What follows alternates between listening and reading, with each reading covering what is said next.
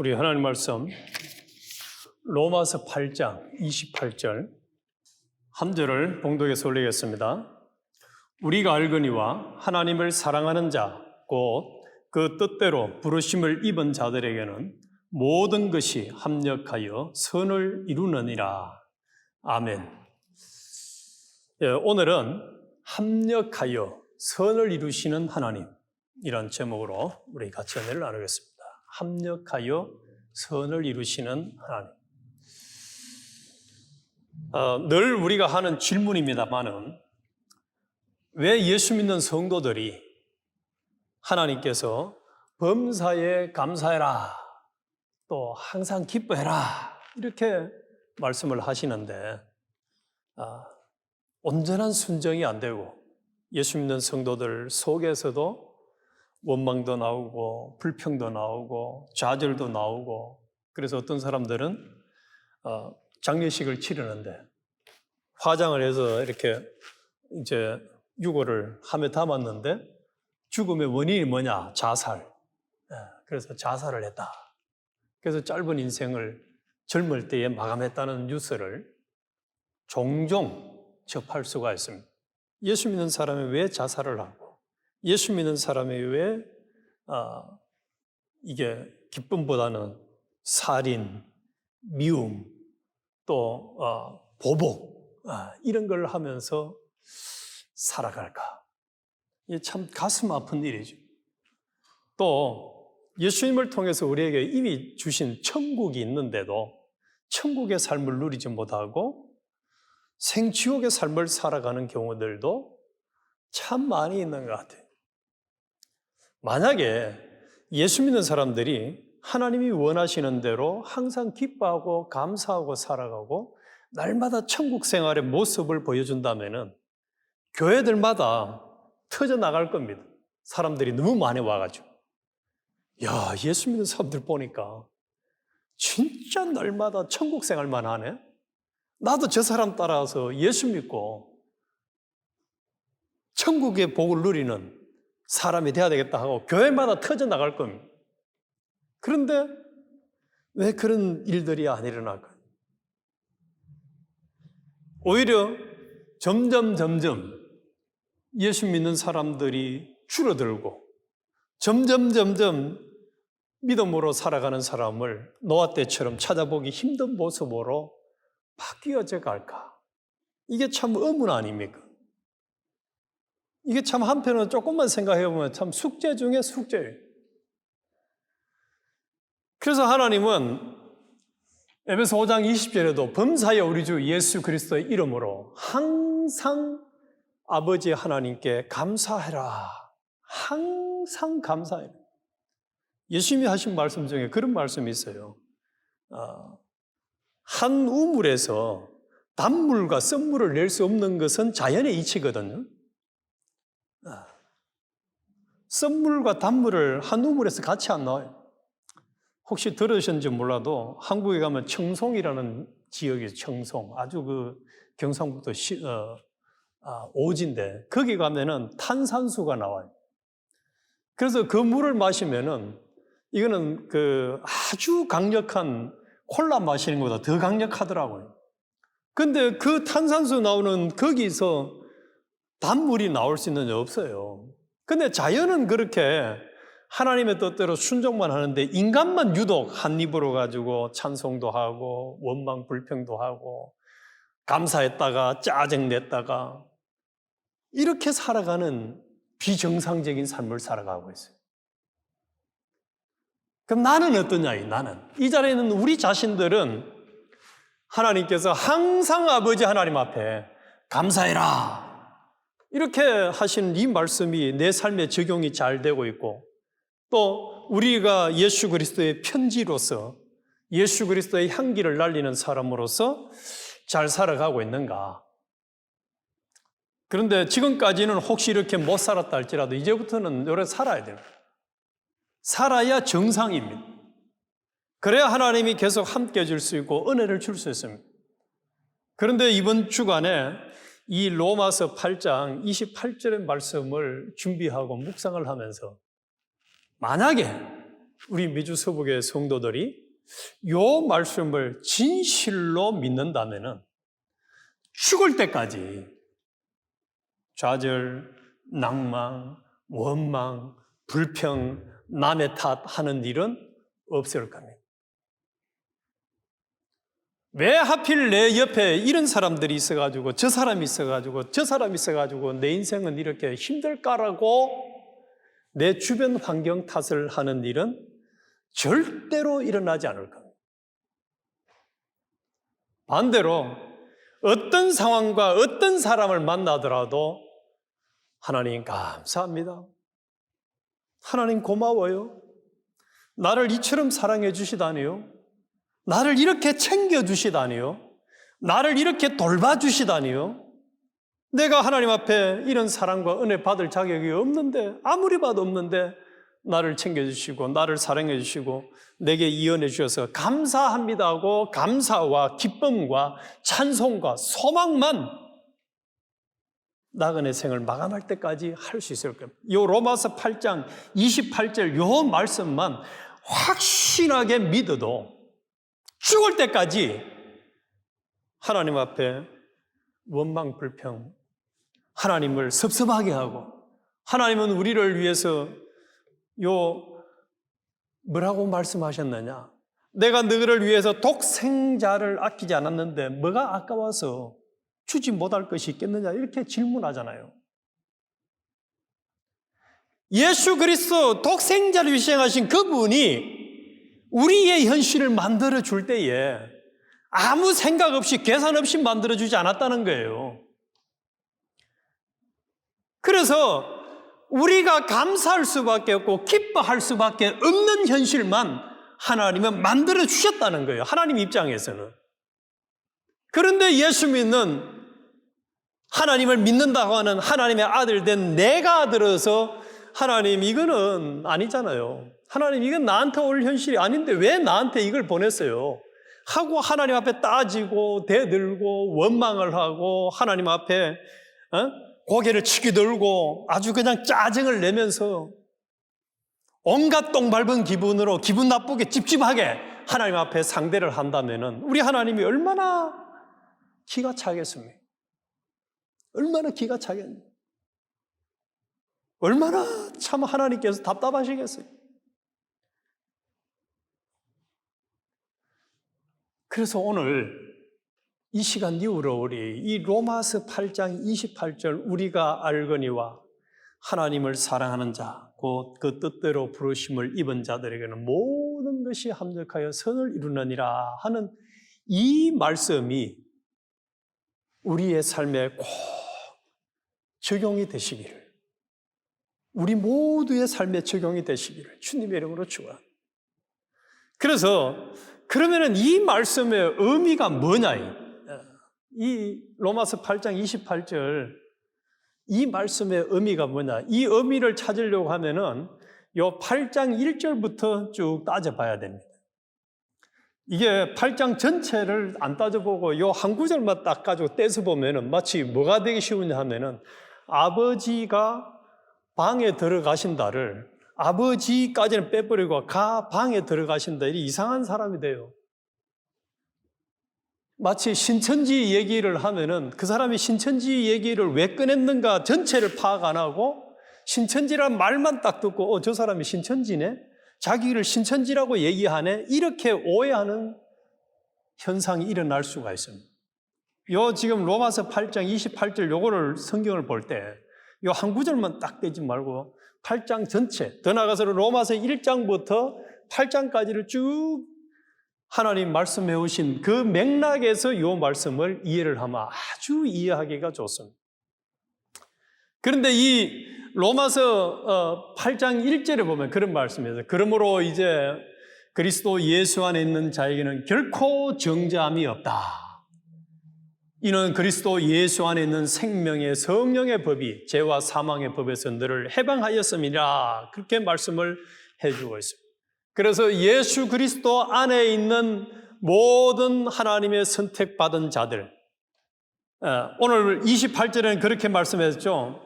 우리가 알거니와 하나님을 사랑하는 자, 곧 그 뜻대로 부르심을 입은 자들에게는. 그래서 여기에 우리 개역 성경은 요게 번역이 참 이해하기가 어렵게 되어 있습니다. 하나님을 사랑하는 자 이렇게 딱 되어 있으니까 요거 언뜻 생각하면 무슨 생각으로 들어집니까? 하나님을 사랑하는 사람도 있고 하나님을 사랑하지 않는 사람도 있다. 이렇게 행위적인 면으로 읽기가 딱 쉬운 그런 표현입니다. 이게 하나님을 사랑하는 자. 반대로 말하면 하나님을 사랑하지 않는 자에게는, 죄를 짓는 자에게는 합력하여 선을 안 이룬다. 이렇게 해석을 할 수가 있어요. 그렇잖아요. 하나님을 사랑하는 자, 하나님을 사랑하지 않는 자, 열심히 성령 충만되어서 믿음으로 살지 않는 자는 합력하여 선을 이루지 않는다. 이렇게 이해하기가 쉽게 딱 표현되어 있어요. 그런데 하나님은 친절하게도 이렇게 설명, 하나님을 사랑하는 자 해놓고 곧, 다른 말로 왜냐하면 그 뜻대로 부르심을 입은 자들에게는, 다시 말해서 하나님을 사랑하는 자와 그 뜻대로 부르심을 입은 자가 똑같은 사람들이라는 얘기예요. 동일한 사람들이. 그래서 다시 말하면 하나님의 뜻대로 부르심을 받은 자들은 자기의 행위로 부름을 받았습니까? 전적 하나님의 은혜로 부름 받았습니까? 자기 행위와 아무 상관없이 부름 받았어요. 하나님의 창세 전에 하나님 목적의 대상으로 선택받은 자들, 그 사람들 모두는 그 말입니다.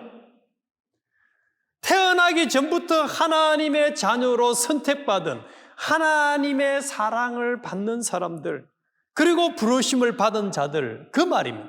그래서 그걸 설명하기 위해서 로마서 1장부터 8장 여기 27절까지 쭉 왔는데 그 내용을 다 살펴보니까 무슨 내용이냐? 아담과 하와의 범죄, 인류 조상의 범죄로 말미암아서 모든 사람이 죄인들이 되었고 사망에 이르게 되었고 하나님과 원수가 되었고 하나님의 사랑을 받을 수가 없는 자들이 되었는데, 하나님께서 예수 그리스도, 둘째 아담 예수 그리스도를 보내가지고 십자가에 죽기까지 우리의 죄를 담당하시고 우리 대신 의를 행하시고 우리와 하나님과 화목을 시켜서 이제 우리는 다시는 정죄를 받지 않는, 정죄에 이르지 아니하는 완벽한 죄사함 받은 자들이요, 완벽한 의로운 자들이요, 완벽히 하나님과 화목된 자들이 되었다는 것을 길게 쭉 설명을 해왔습니다. 그래서 하나님을 사랑하는 자, 부르심을 받은 자들은 전부 다 어떤 사람들이냐? 다시는 마귀로 인해서, 죄로 인해서, 사망으로 인해서 그 지옥의 형벌을 받을 이유가 없다. 왜냐? 해방이 되었다. 해방.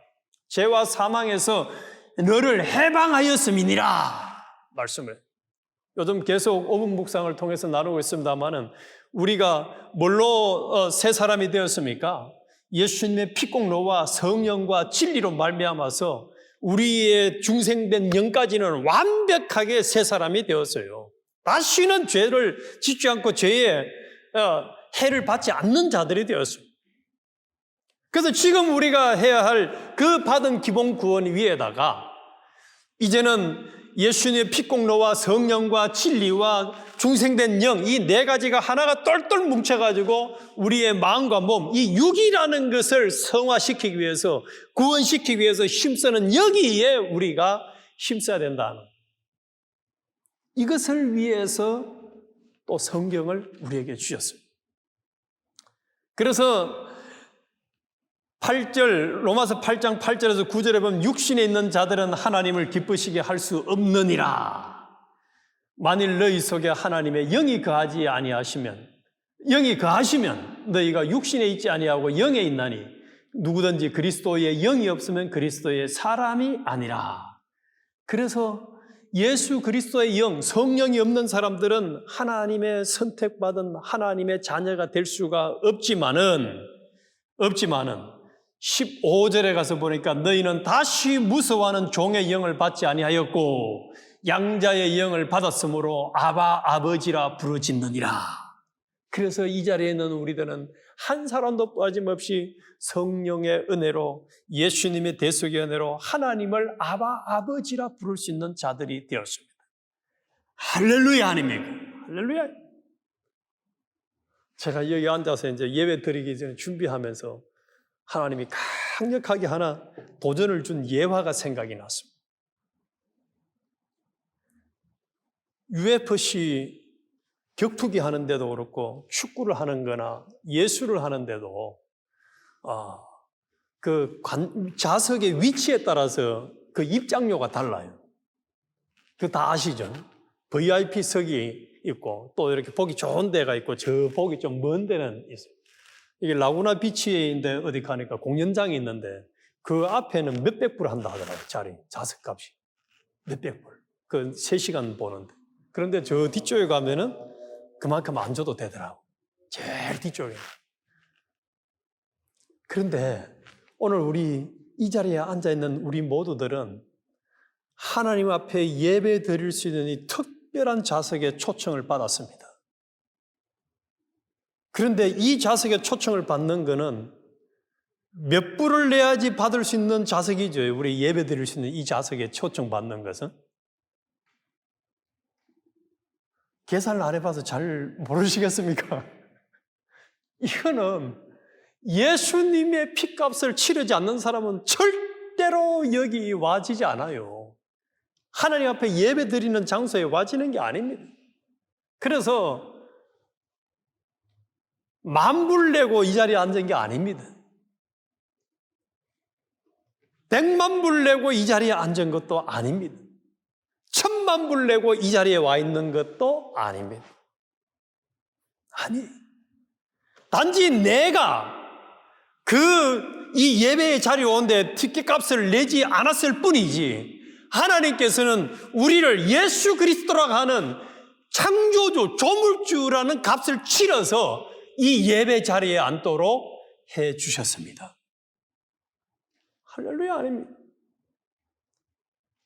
그래서 주일학교 때 우리가 많이 불렸던 찬송이 돈으로도 못 가요. 힘으로도 못 가요. 하나님 나라. 어떤 것으로도 세상의 제일 재물도 하나님이 이 연에 앉은 사람은 이 예배의 자리에 앉을 수가 없습니다. 오늘 로마서에서 말하고 있는 하나님을 아버지라 부를 수가 없습니다. 그들은. 아버지라 부를 수가 없어요.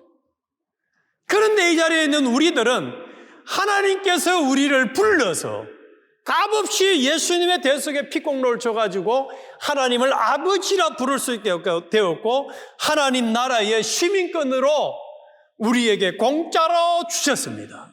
공짜로 주셨어요. 제가 미국에 와서 참 공부하는 것이 많습니다만 하나님 저를 공부시키는 것 중에 이 미국에서 영주권, 시민권을 얻는 게 얼마나 이게 쉬운 문제가 아닌 것을 통해서 하나님 나라의 시민권, 천국 시민권을 받은 것에 대한 감사를 제가 공부를 하고 있습니다. 그런데 제가 여기 와보니까 두 종류의 사람이 크게 있더라고요. 이민을 미국에 있는 본토 사람들 빼고 한국에서 이민 온 사람들 중에는 이 영주권이나 시민권을 쉽게 해결한 사람들이 있어요.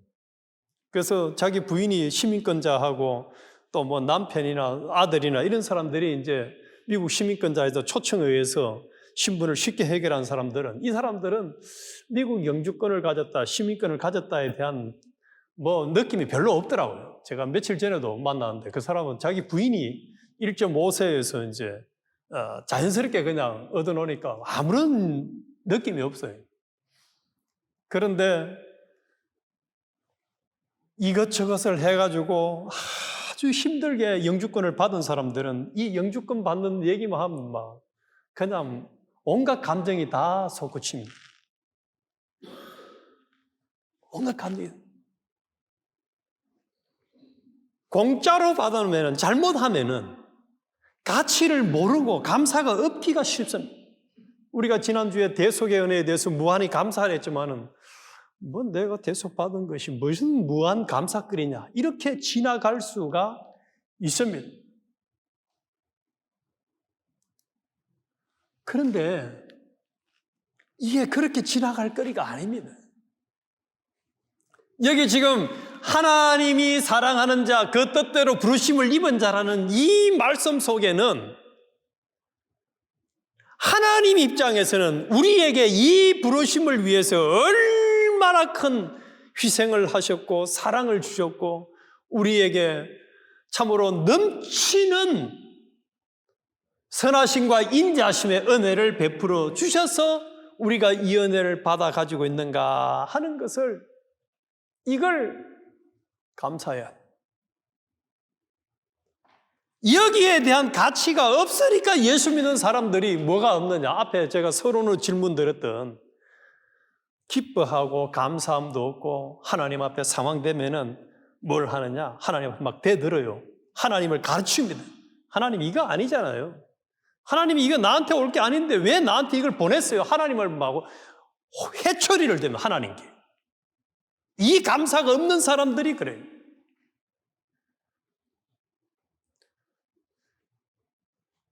그래서 우리가 이 예수 그리스도를 통해서 우리에게 하나님을 아버지라 부를 수 있도록 성령님을 보내주셨고 또 성령님을 모신 성전된 우리들은 하나님의 자녀가 되었을 뿐만 아니라 이제는 더 나아가서 17절에 보면 그런 말씀이 있습니다. 자녀이면 또한 후사 곧 하나님의 후사요 그리스도와 함께 된 한 후사니 우리가 그와 함께 영광을 받기 위하여 고난도 함께 받아야 될 것이니라. 그래서 우리 한번 크게 같이 해봅시다. 나는 하나님의 후사다. 우리 한 번 더 합시다. 나는 하나님의 후사다. 우리는 하나님의 아들로서 하나님의 모든 것을 상속받을 후사된 자들입니다. 이거 어마어마한 겁니다. 어마어마한 거예요.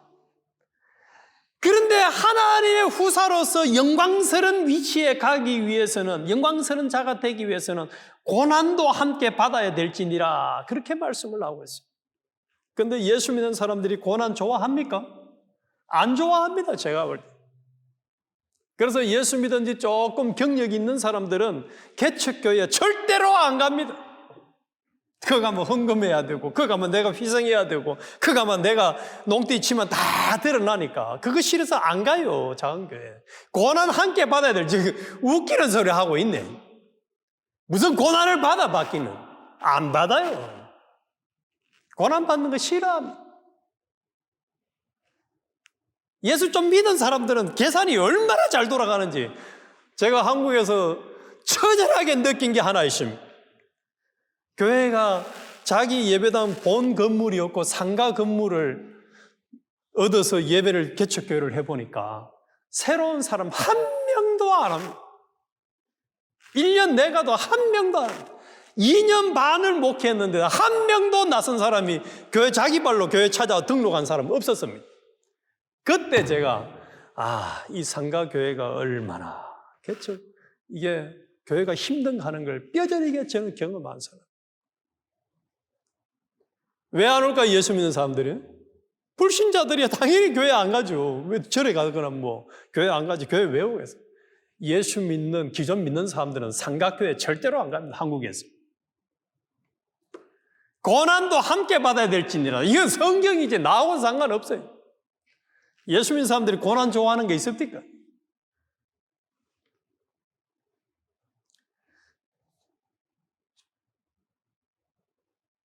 그런데 18절에 뭐라고 말씀하냐? 생각건대 현재의 고난은 장차 우리에게 나타날 영광과 좋게 비교할 수 없도다 말씀하셔요. 예수 믿는 사람이 믿음으로 살고 하나님 뜻대로 살고 하나님 나라의 백성답게 살고 하나님의 영광을 위해 살고 하나님의 뜻을 위해서 사는 그 길은 잠시 후에 나타날 영광과 비교할 수가 없대요. 없대요. 이런 말씀을 하시고 난 다음에 이제 28절에 와서 이 얘기를 하는 거예요. 우리가 알거니와 하나님을 사랑하는 자, 곧 그 뜻대로 부르심을 입은 자들에게는 모든 것이 합력하여 선을 이루느니라. 이 말이 무슨 말이냐? 선을 이룬다는 것은 하나님의 목적, 하나님의 계획, 하나님의 예정, 하나님의 뜻을 이룬다는 말입니다.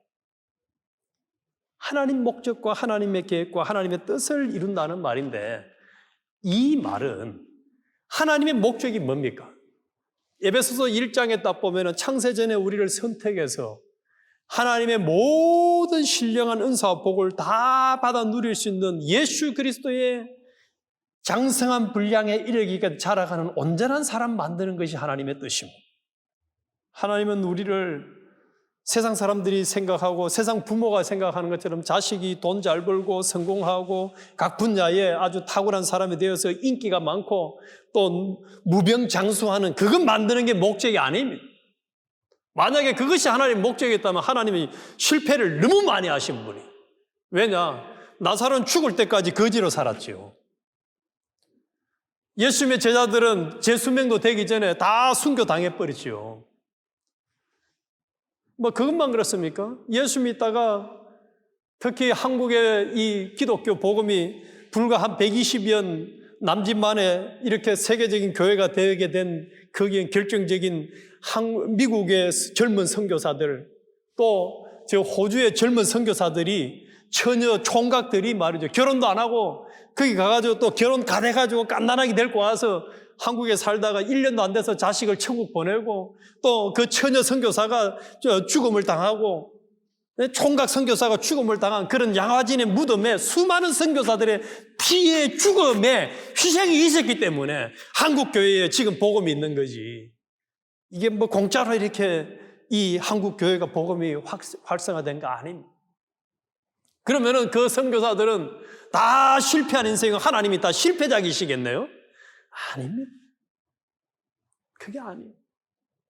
하나님 목적은 세상 사람들이 생각하는 것처럼 물질의 성공, 오래 장수하는 것, 또 명예를 누리는 것, 이게 하나님의 목적이 아닙니다. 우리 한 사람 한 사람 부를 때는 이 땅을 만들기 전부터 우리를 예수 그리스도와 같은 온전한 사람 만들려고 작정을 하시고 그 작정을 이루려고 계획하시고 지금 우리의 현실을 만들어 주셨다는 사실이에요. 그래서 12장에 가서도 보면은 마무리를 뭐라고 하느냐? 만물이 주에게서 나오고 주로 말미암고 주에게로 돌아갑니다.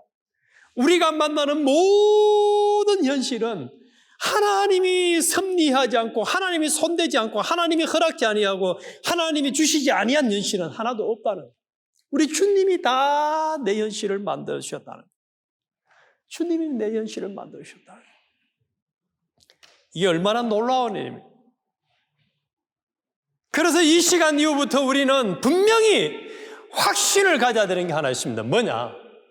나는 하나님의 사랑을 받는, 하나님의 후원을 받는, 하나님이 나와 함께 하시고 나에게 대한 지극히 큰 기대와 소망을 가진 어마어마한 존귀한 자다, 영광스러운 자다, 대단한 사람이다. 이런 믿음을 우리는 분명히 가져야 돼요. 사람들이 나를 어떻게 보든 그 사람들이 나를 뭐 우습게 본다고 우리가 짐승이 되겠습니까? 우리가 개가 되고 원숭이가 되고 소가 되겠어요? 아니, 우리는 하나님의 아들이라는 이 DNA 신분은 영원히 변하면 안 되는 거예요. 불신자들이 또 믿음이 없는, 예수 믿는다고 하지만 믿음이 없고 세속화되고 타락한 길을 가는 사람들이 너 너무 광신자잖아, 너 너무하잖아, 아무리 비아냥을 그린다고 해도 그들의 비아냥이 우리에게 영향을 끼칠까요? 천만에 절대로 끼치지 않습니다. 조금도 우리는 그의 해를 받지 않습니다. 누가 지키시기 때문에? 하나님이 지켜주시고 하나님이 함께 하시기 때문에. 그래서 여기에 그렇게 말씀하신 거예요. 그 뜻대로 부르심을 입은 자들에게는 모든 것이 합력하여 선을 이룬다. 무슨 얘기입니까? 모든 것이니까 우리를 힘들게 하는 핍박을 주는 것도 있을 것이고, 또 때로는 우리를 쉬게 하는 쉼도 있을 것이고, 때로는 우리가 풍족하게 누리는 풍족함도 있을 것이고, 때로는 손가락질이나 비아냥이나 온갖 모함도 있을 것이고, 때로는 함께 교제하며 누리며 이 지상천국을 누리는 것도 있을 것이고, 그 모든 것들을 통해서 하나님은 이 자리에 있는 우리 한 사람 한 사람을 예수 그리스도와 같은 온전한 사람 만들어 가시는 그 과정이라는 거예요. 그 과정에 내가 있다는 거예요. 이게 얼마나 감사한 일이고 얼마나 큰 자부심을 가질 일입니다. 얼마나 대단한 사건입니까? 이게? 얼마나 대단한 역사의 주인공들인지요 말이죠. 얼마나 대단한 역사들의 주인공인지. 야, 하나님이 나를 사랑하신다. 하나님이 나를 일일이 챙기신다. 일일이 챙기신다. 이거 얼마나 대단한 거예요. 얼마나 대단한 거죠. 아까 처음에 말씀드린 것처럼 하나님이 이렇게 은혜 주시는 것에 대한 내가 깨달음이나 느낌이 없으니까 감사도 없고 맨날 이게 하나님께 대해서 온전히 기뻐하는 것이나 순종하는 것이나 충성이 없는 것이지, 이것을 안 사람들은 다릅니다. 이것을 안 사람들은 악은 모양이라도 버리라는 말씀을 따라서 모양도 버릴 수가 있습니다. 모양도 안 가질 수가 있습니다. 이 말씀을 준비하는데 모세가 생각해요. 모세. 우리는 화를 내는 것을 예사롭게 생각하잖아요. 그래, 네 얘기를 듣고 보니까 그 상황에서 네가 화내는 것은 마땅하다. 화낼 수도 있다. 이렇게 생각하잖아요. 넘어갑니다. 그런데 모세가 하나님 앞에, 하나님, 왜 저 인간들을 내가 낳았습니까? 내가 왜 이 사람들을 책임져야 됩니까? 하고 성질을 부렸다가 하나님 앞에 칭찬을 받았습니까? 칭찬을 못 받았습니까?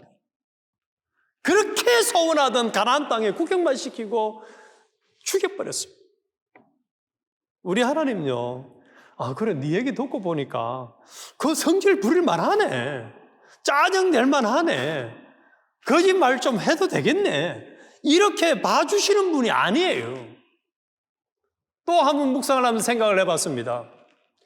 자기 자녀들한테 엄마가 뭐라고 얘기한 게야, 야, 너가 아빠, 이 아빠가 아니고 옆집의 아저씨가 너가 아빠대. 너 지금까지 몰랐지? 그렇게 얘기를 했다고 생각해봐요. 그러면 그 아이가 깜짝 놀랄 거 아니에요. 내가 지금까지 아빠를 잘못 알았네? 그런데 깜짝 놀라니까 엄마가 뭐라 하는, 야, 그건 내가 농담으로 한 건데, 내가 우스갯소리를 한 건데, 너 그걸 진짜로 믿나? 이렇게 하는 엄마가 있다면 그 엄마가 정신병자겠지. 하나님은 성경에 농담해도 된다고 얘기한 적이 없어요. 그런 아무 생각 없이 그냥 말을 해도 된다고 한 적이 없어요. 중심을 보시는 하나님이라고 했잖아요. 마음과 뜻을 살피는 하나님이라고 했잖아요. 그럼 말로는 농담을 했는데 속으로는 농담 안 했다. 그거는 인간 지 생각이지. 하나님은 그렇게 보시지 않는다는 거예요. 그래서 이 부르심을 받은 자요, 예수 그리스도와 같은 온전한 자가 되기 위해서는 우리가 생각이나 말이나 행동을 아무렇게나 할 수가 없는 겁니다. 그래서 말씀과 기도로 거룩하여 지밀이라고 말씀했잖아요. 항상 기도로 하고 깨어 있으면서 하나님의 뜻을, 성령의 음성을 듣고 순종하는 말과 생각을 해야 되지. 성령의 음성을 듣고 말과 생각을 해야 되지. 농담 실실실 해놓고 거짓말 대충 해놓고 그건 뭐 내가 한 얘기가 아닌데, 그 농담을 한 건데 그걸 진짜로 받아들이나. 우리 미주 서북의 성도들을 하나님을 믿는, 성경을 믿는, 성령의 인도를 따르기를 원하는 사람의 입에서 할 말은 아닙니다. 그걸 그렇게 진짜로 그렇게 예사롭게 넘기면 되지 뭐. 우리가 할 말 아니에요. 하나님은 허락한 적이 없습니다. 더 나아가서 이제 모든 것이 합력해서 선을 이룬다. 과연 그럴까? 룻이 남편을 잃었습니다. 결혼을 했는데 애도 못 낳고 남편을 그만 하나님 데려가 버렸습니다. 남은 것이라고는 시어머니와 자기와 또 올케인가 어쩌든지 또 한 명하고 남았어요. 그런데 룻에게 닥치는 상황은 무슨 현실을 닥치는? 하나님, 왜 젊은 남편을 낳으면 애기도 못 낳아보고 이렇게 과부로 살아야 됩니까? 원망할 수도 있는 현실이에요. 또 내가 시어머니 나하고 관계 맺은 지 얼마 안 됐는데 내가 이 사람을 왜 책임져야 됩니까? 대들 수도 있는 현실입니다. 더 나아가서는 시어머니 좀 보살피고 챙기려고 하다 보니까 일하러 가야 되고 낯선 데 가서 말이죠. 곡식을 주워 와야 되고 더 나아가서는 나중에 시어머니가 뭐라 하느냐. 야, 그 보아서 이불자락 속에 니 들어가서 니 몸을 줘라 이렇게 얘기해요. 야, 얼마나 저는 여자가 아니어서 잘 모르긴 하지만은 조금만 상상을 해보면은 이 낯선 남자한테 가서 몸을 줘야 된다는 게 이게 같이 이불자리를 한다는 게 이게 얼마나 쉽지 않은 문제예요. 다 원망불평할 만한 상황이에요. 그런데 그 현실을 통해서 하나님은 합력해서 선을 이루어 갔습니다. 뭘 했습니까? 예수님의 족보에 이 구원의 계보에 큰 족적을 남긴 위대한 사람으로 66건의 인물의 한 사람으로 등장을 시켰습니다. 한 사람 등장을 시켰습니다. 합력해서 선을 이루셨습니다. 에스더 같은 경우도 에스더도 참으로 그의 삶이 파란만장합니다. 계집종으로 살아야 되는 삶, 더 나아가서는 민족을 위해서는 자기의 목숨을 내놓아야 되는 왕이 부르기 전에 왕 앞에 나아가는 것은 그건 죽을 일인데 그거를 해야 된다는 거예요. 그거를 감당해야 된다는 거예요. 목숨을 내놔야 된다는 거예요.